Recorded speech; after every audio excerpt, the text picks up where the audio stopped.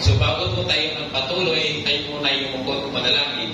O Ama naming Diyos na makapangyarihan sa lahat, na may gawa ng langit at lupa, at may-ari po ng buhay. Lord God, salamat po muli sa pagkakataon na ito na kami po, Panginoon, ay yung pinagsama-sama sa iyong bahay-sambahan upang papurihan ka, pasalamatan ka, at sampahin sa Espiritu at katotohanan. Lord God, sa aming pakikinig sa oras na ito, ay gawaran mo kami, Panginoon, ng karunungan, knowledge of wisdom, Panginoon, upang aming maunawaan at maintindihan, Panginoon, ang hiwaga ng iyong mga salita, Panginoon, at ito ay didimo sa aming mga puso't isipan at aming ludig sa buhay, Panginoon, sa aming mga kanyang buhay, O God. Lord God, salamat po muli at ito ang aking dalangin sa pangalan ni Jesus. Amen and Amen. So last Sunday, ito po'y pagkapatuloy sa atin ng ating integration event sa wider po na ina-implementa po ito sa ating church, kapatid. So last Sunday, wala po ako dito. Ang pinag-usapan ko niyo ay the Christian baptism. Paano po ba magkabautismo ang bilang isang Kristiyano? No? Ano ang pagkaintindi niyo tungkol po sa baptism? Para saan po ito? No? Paano ito ginagawa? No? Lubusang inulubog sa tubig at inaakon muli. Bakit ganito ang paraan at hindi pagigising lamang tulad ng ginagawa ng iba, diba? Pag sinabi nating ang meaning ng Greek word ng baptize ay ito to plunge, no? Ilulubog siya, no? Ilulubog, hindi po gising-gising. Ngayon ang tanong, pag tayo po ba'y nabautismuhan, ay ligtas na po tayo, kapatid? Oo, hindi. Sagot? Oo, hindi. Bakit? Ang bautismo ay pangpublikong pagpahayag lang, kapatid, no? Na isang mananampalataya ay naging pag-isa na po sa ating Panginoon. Ibig sabihin, pag ikaw po ay napag-baptize, talikuran na po natin yung dati nating ginagawa. Kaya doon po magsisimula ang buhay ng isang Kristiyano once na napag-baptize po tayo. Hindi po ba? Hindi ibig sabihin na ligtas na po tayo pag tayo po ay napag-baptismo. No? Pastor, ayaw ko pag mag-baptismo, ako ba mariligtas? Tulad mo ng yung katabi ng Panginoon na napako sa cross. Ang sabi niya, Panginoon, isama niyo ako pag maghari ka na. Di po ba? Ang sabi ng Panginoon, ngayon din, isasama kita sa aking proseso. Di po ba? Walang pagsisisi, walang baptize po ang nangyari doon sa taong iyon. Ang kanyang pananampalataya lang po ang nagliligtas po sa kanya. Hindi po yung paglubog sa tubig, kapatid. So, ang paglubog sa tubig ay symbolize na handa tayong linisin ng ating kasalanan bago na natin balikan kung ano po ang nagawa nating kasalanan, kapatid. No? So, ang ating pag-uusapan ngayon ay tungkol naman sa Lord's Supper. No? Ano ba itong Lord's Supper na ito na ating sinasabi? No? Inuutos ni Jesus, gawin ninyo ito bilang pag-alala sa amin. Maraming salamat po, SSB, sa pagbasa kanina. Madalas ninyo itong naririnig sa monthly Lord's Supper na ginagawa natin dito sa ECCS Church. Sinusunod na natin ito, kapatid. So ang tanong, pero bakit pa natin pag-aralan ngayon? No? Bakit kailangan pagmaglaan ng isang sermon para sa isang gawain na ginagawa lang natin na 15 minuto sa isang buwan? No? O 3 oras sa isang taon. Unang dahilan, ito ay utos, no, ng ating Panginoon na tulad ng lahat ng inuutos niya na kailangan nating maunawaan at sundin na may tamang puso, no, at motibo. No? Ang tanong sa atin, naintindihan ba natin lahat kung ano ang Lord's Supper at bakit natin ito ginagawa, kapatid? No? At kung naintindihan natin, sinusunod ba natin ito ng may sinseridad? Marami tayong ginagawa sa buhay natin na basta na natin nagawa lang, kapatid. No? Hindi dapat ganon ang Lord's Supper. Bakit? Dahil ito po ay sagrado. Ikalawa, ang pagdiriwang ng Lord's Supper ay nagpapakita ng kabubuang buhay sa ating church. Hindi po yung building, kapatid. Tayo po ang church, body of Christ. Di po ba? Ang pagkaunawa natin at ang attitude natin tungkol dito ay nagpapakita rin ang klase ng pagkaunawa at attitude natin tungkol sa kung ano talaga ang church, kapatid. Di po ba? So, ikatlo, ang church life natin ay hindi natin mahihiwalay sa ating buhay Kristiyano. No? Nakakalungkot na maraming mga Kristiyano ngayon, kapatid, na parang ginagawa na lang libangan ang church. Punta lang, no? Wala nang commitment sa local church, pero kung pag-aralan natin ang New Testament, wala tayong makikitang indikasyon doon na ang kaligtasan at pagsunod kay Kristo ay pwedeng ihiwalay sa church life. Di po ba?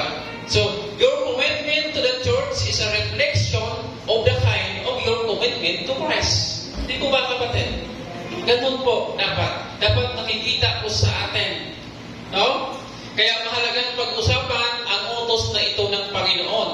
Gawin ninyo ito sa pag-alala sa akin. Hindi lang Lord's Supper ang ginagawa natin ng ilang sandali, ilang minsan sa isang buwan ang pag-uusapan natin. We talk about what is Christ's design for the church, kapatid. Ano po ba ang design ng Panginoon sa church? We talk about our calling as Christian and member of His church. No?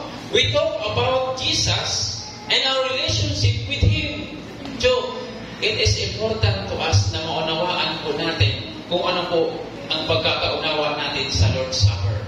No? Ito sa Luke chapter 22 verse 14 to 20 na binasa natin kanina, makikita natin magkasama ang Panginoong Hesus ang 12 apostol. No? Ito yung huling beses na magkasama sila. No? Kinabukasan ay ipapako sa cross ang Panginoong Hesus. Kaya ito ang kanilang last supper na magkakasama sila. Yung gabi ding iyon ay celebration ng Passover, kapatid. No? Isa sa pinaka-importanting pagdiriwang ng mga Hudyo. No? Pagkatapos ito ay isang linggong Fest of the Unleavened Bread. No? Doon sa araw ng Passover o pista ng Paskwa, no? Ay nagkaroon sila ng salo-salo bilang pag-alala sa pagliligtas ng Diyos sa mga Israelita mula sa pagkaalipin ng mga Ehipto. Hindi po ba? Sa Bible po, ang pista ay to remind a certain event. Hindi po ba? Sa Bible. Kung ano ang ginagawa ng Diyos para sa kanila at para sa atin. No? And also indicate periods to remind for the next generation. Dapat maunawaan ito sa mga susunod na henerasyon. Kung bakit po ito ginagawa natin, hindi masama ang mag-celebrate ng pesta. Hindi po ba? Kung ito'y nagpaalala sa atin sa isang karanasan na nagbibigay po ng kalulitian po sa ating Panginoon. Hindi po ba? Hindi po yung mga Diyos-Diyosan. Kasi ang pista ngayon sa panahon ngayon, kapatid, hindi po ba? Kaya hindi ako umuwi sa amin pag-pista. Kaya ito po'y handog sa mga Diyos-Diyosan.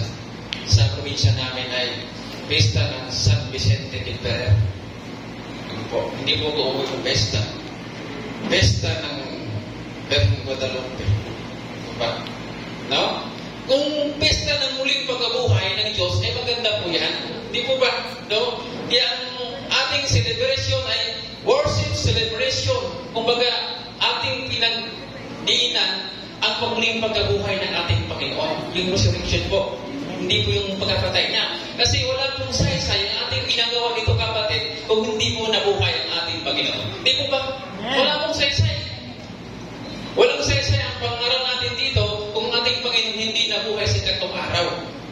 So, bukod sa salo-salo, bahagi ng tradisyon nila, ang reenactment ng paglagpas ng anghel, kaya Passover ang tawag, no?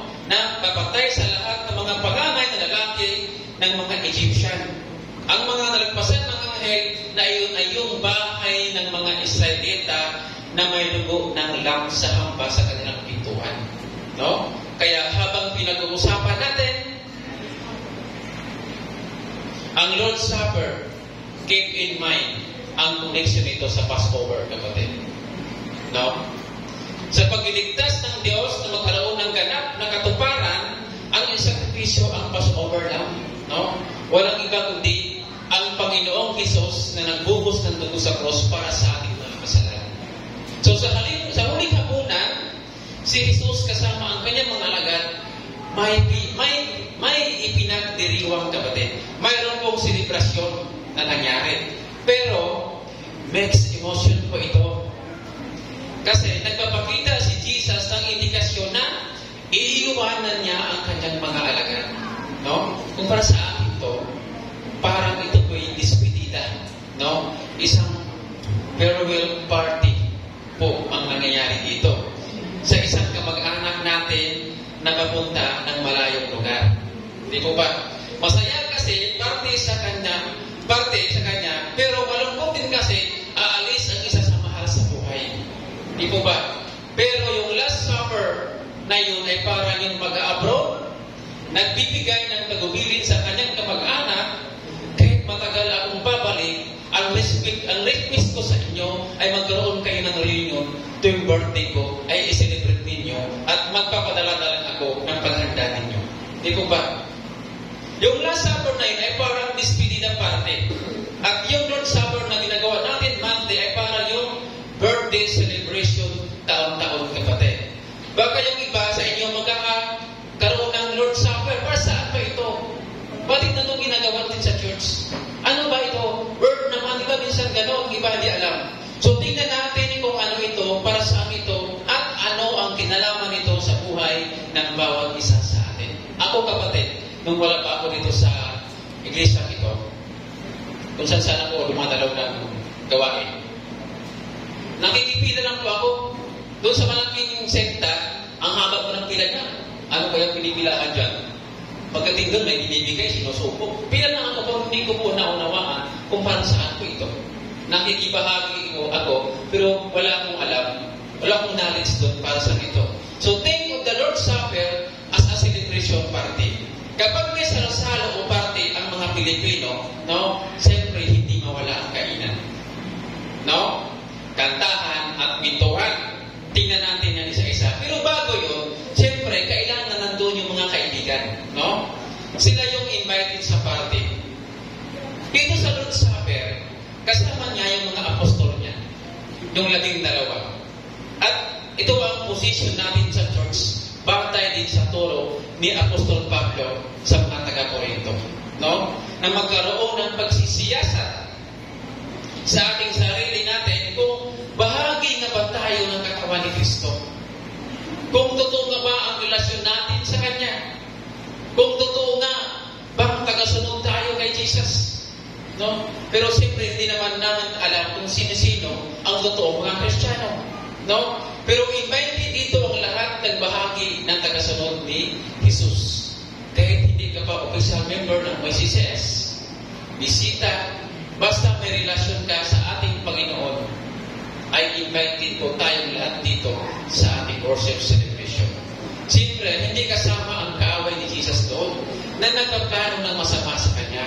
No? Do you hate Jesus? Do you want to be identified for Him? Siyempre, kahit ngayon, may ganyan pa rin mga kapatid. No? Pero hindi common sa mga Pilipino sasabihin, I hate Jesus. No? Pero mag-ingat pa rin tayo. Baka bahagi nga tayo ng Lord's Supper, kapatid. No? Nakikibahagi nga tayo no, sa church life ng ECCS. Pero baka hindi tayo taga-tunay na kay Jesus. Di ko ba? Tandaan natin sa 12 alagad, may isang traidor, may isang Judas, kapatid. No? Sabi nga doon sa Lucas 22, verse 21-23, ngunit kasalo ko rito ang magkakanulo sa akin. Papanaw ang anak ng tao ayon sa itinakda ng Diyos. Ngunit kahabag-habag ang taong pagkanulo sa Kanya at sila'y nagtanungan kung sino sa kanila ang nagawa ng kanyang kapatid.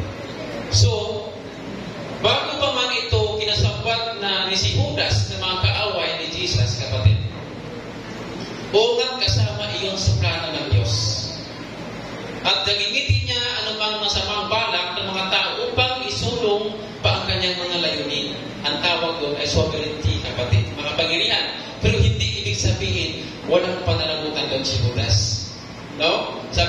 to man whom is betrayed. Nakakaawa ang sasapitin niya dahil sa kanyang panloloko sa mga tao ni hindi alam ng 11 disciples na piki pala siya. No? Traitor pala siya. Sa loob ng 3 taon, akala nila isa si Judas sa kanila. Hindi pala, kapatid. So, ipinaalala sa atin ng Lord's Supper na ito ay salo-salo at ang church ang pagsama-sama ng isang pamilya. No? Pamilya ng mga tinubos ni Kristo, ng mga sumusunod kay Kristo. Paalala ito na maging sa gitna natin, kahit ng member ng church, kahit na regular na dumadalo sa ating gawain, di po ba? So, nakikinig ng salita ng Diyos kasama natin. Kasama natin umaawit sa Diyos. Kasama natin natupahayag ang Ebanghelyo. No? Pero minsan, kapatid, no, dapat maunawaan natin ito. The church is exclusively only for pro-believers of Jesus. Exclusive? Bakit sinasabing exclusive? Parang hindi atan magandang pakinggan na sa ng exclusive. Exclusive pero hindi depende sa edad. No? Bata o matanda, inanyakang sumunod kay Jesus. No? Exclusive pero hindi depende sa social status. Amo ka man, kasabahay ka man, inyaayakan sumunod kay Jesus. Mayaman ka man o mahirap, sama-sama tayo dito sa church na ito. Exclusive? Oo, pero nag-aanyaya, kapatid. Nag-aanyaya, hindi po tayo natin sa pwera, kapatid. No? So, nung unang apa ko dito sa church na ito, no? Unang dinalaman ko dito ay prayer meeting. No? Prayer meeting. Ang dati, ang prayer meeting dito ay nasa isang table lang kami. Nanay ba ko pastor kami dito kami sa isang table. Dalawang table lang pinagluto. No? Ang sabi sa akin, pastor, bro, welcome ka po dito sa iglesia ito. So, ang church ay hindi po nag-iitsapwera, kundi nag-aanyaya, kapatid. Ang lahat ng lumalamig po sa bahay. Siyempre, sa isang salo-salo, hindi mo walang kainan. Ito po yung maganda. Hindi po ba sa mga party? Hindi pwede walang kainan. Ganon din sa Lord's Supper. Mayroon din kainan, kapatid. Sabi doon sa unang Korinto, chapter 11, verse 23-25, sabi doon, and he took a bread, and when he had given thanks, he broke it, and gave it them, saying, this is my body, which is given for you. Do this in remembrance of me. And likewise, the cup, after this had eaten, saying, this cup that is poured out for you is now covenant in my blood. Di po ba? Noong gabi pinagkanulo ng ating Panginoon ay dunampot po siya ng tinapay at kanyang pinagpipiraso at kanyang sinabi, ito ang simbolo ng aking katawan, kanin ninyo ito bilang pag-alala sa akin. Di po ba? At ganon din naman, pagkatapos kumain ay kumuha ng sarong. Di po ba? At ito ang simbolo ng aking dugo, tuwing kakain kayo iinom ng sarong ito, ay inaalala nyo ang aking kamatayan at aking muling pagbabalik. Yun po ang nais ng Diyos kung bakit ginagawa natin ito, kapatid. Ang tinapay at inumin ng Lord's Supper ay simbolo o kumakatawan sa katawan at dugo ng Panginoong Hesus. Sa kanyang kamatayan, ipinapakita dito sa atin na ang gutom niya ay mamabunan lamang ni Hesus. He is the bread of life. Na ang pagkauhaw natin ay matagpuan lang kay Jesus, kapatid. He is the living water. No? Jesus is our life provider, life sustainer. Jesus is our life. Walang saysay ang buhay kung wala po si Jesus. Amen? Hindi po ba? Ipinaalala sa atin dito ang laki ng biyaya ng Diyos. No? Nung tanggapin natin ang mga espiritual na pagpapala dahil sa ating pag-isa natin sa ating Panginoon. Sabi nga Ephesians chapter 1 verse 3, so we can English, this is my body which is given for you. This cup that is poured out for you. Sa halip na tayo ang maparusahan ng galit ng Diyos, inago iyon ni Jesus para sa atin, kapatid. Ginagawa niya iyon para sa atin. Bakit? Sino ba tayo? Dapat ba tayo? Hindi. Di ba hindi? Kaya nga sobrang amazing ang biyaya ng Panginoon para sa atin.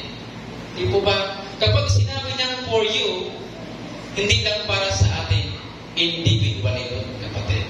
No? Kundi para sa atin bilang isang church, bilang isang body of church.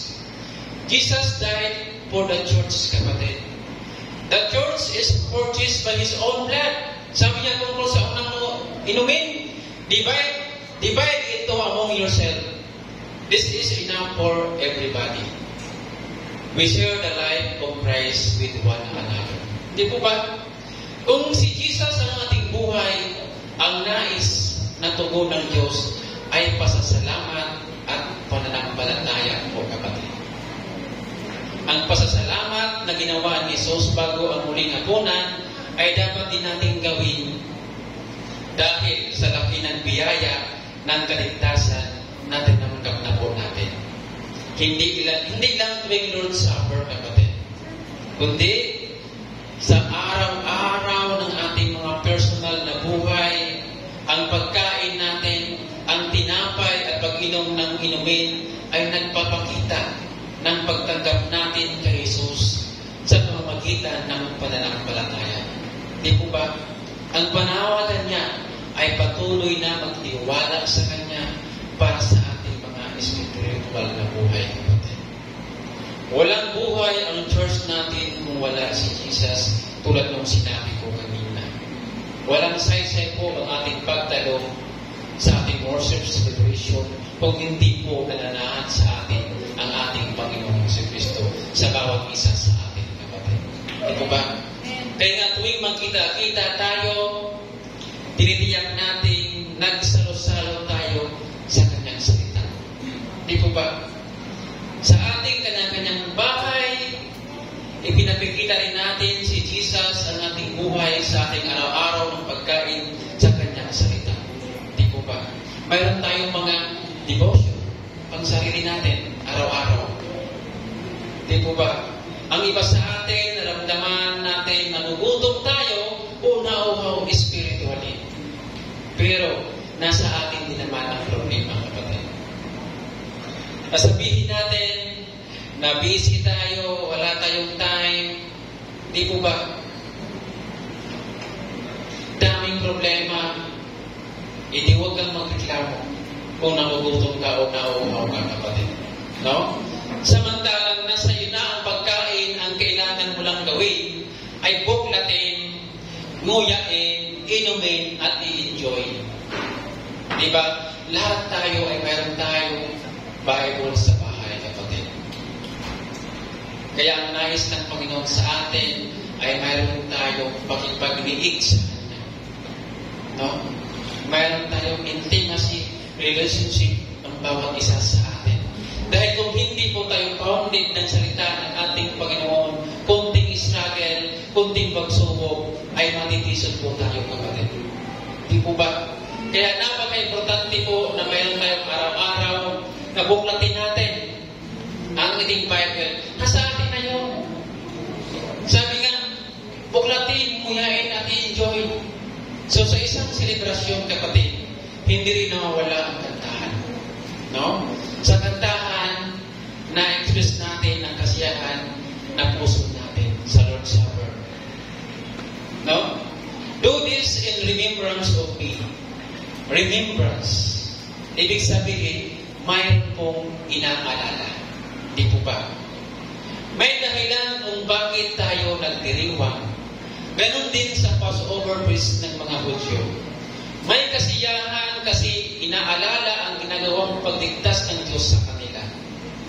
May dahilan bakit tayo nagdiriwang, bakit tayo umaawit.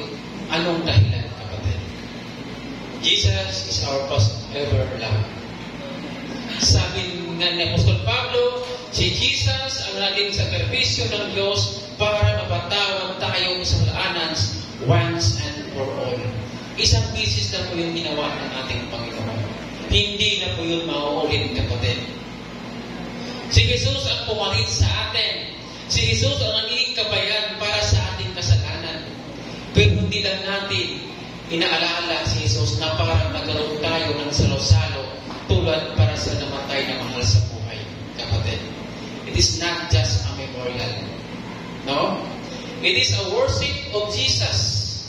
Sa ating pagsamba sa Kanya, hindi natin maiwasan umawit ng kanyang mga papuri. Di ba ba? Tulad na kanina natin ginagawa. Ipinahayag ang laki ng kanyang pag-ibig para sa atin. The Lord's Supper is about worship of Jesus. The church is about worship of Jesus. Our whole life is about worship of Jesus, kapatid. Hindi lang si Jesus gamot ng mga sakit natin. Di po ba? Hindi lang si Jesus ang lunas ng mga problema natin. He is more than that, kapatid. No? He is God. He deserves our worship, kapatid. Diba? Ang ganda ng mga awitin kanina. No? Diba? Sabik sa presensya. No? Ang ganda. May gala. May tuwa. Sa piling ng Diyos. Diba? Ang ganda mga piling kanta kanina. Ang iglesia ay isang pamilyang sama-sama sa pagsamba kay Jesus. Kaya tayo'y umaawit para sa Kanya. Hindi po para sa ating katabi. Hindi po para sa tao, kapatid. Kaya tayo po ay nalumuri para sa ating Panginoon. Sa binigay niya ang kaligtasan para sa atin. Hindi po tayo umaawit para makikita ng tao. No? Umaawit po tayo para po sa ating Panginoon. Kaya kinakausap natin siya sa panalangin. Kaya tumatawag tayo sa Kanya sa pangalan.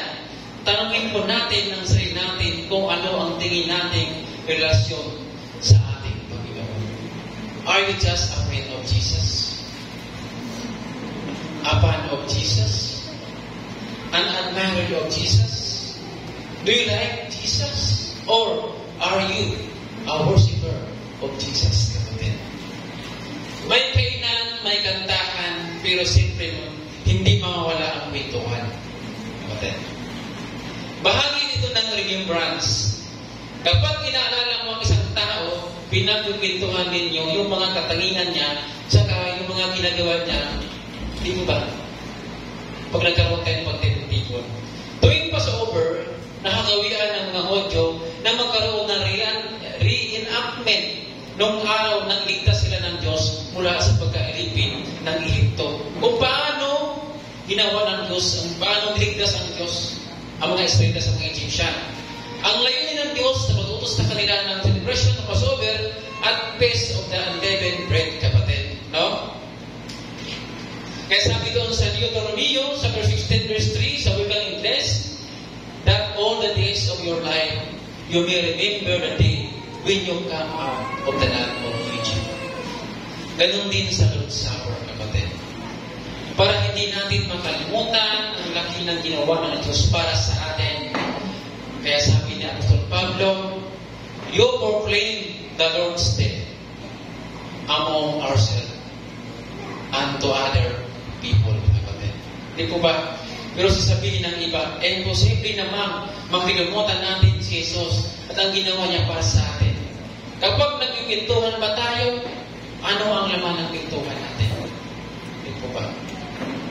Ay, pare, ikaw man dito. Di po ba?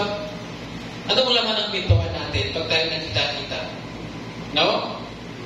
Hindi ba nakita doon kung ano ang bagay na mahalaga sa atin?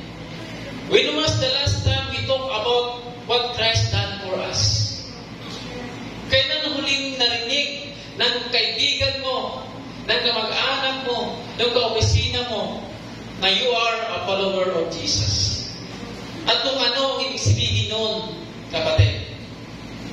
Baka si Jesus, naalala natin, pagkikwentuhan lang natin kapag linggo, kapag may deep service, kapag may gawain, kapatid. Hindi lang po dito nanatili, dapat hanggang sa labas. Sabi doon, go proclaim the Lord's death among others, among ourselves, and to other people, kapatid. Ganun ba ang tingin natin sa buhay Kristiyano? Di ba hindi? Ganun ba ang tingin natin kung ano ang church?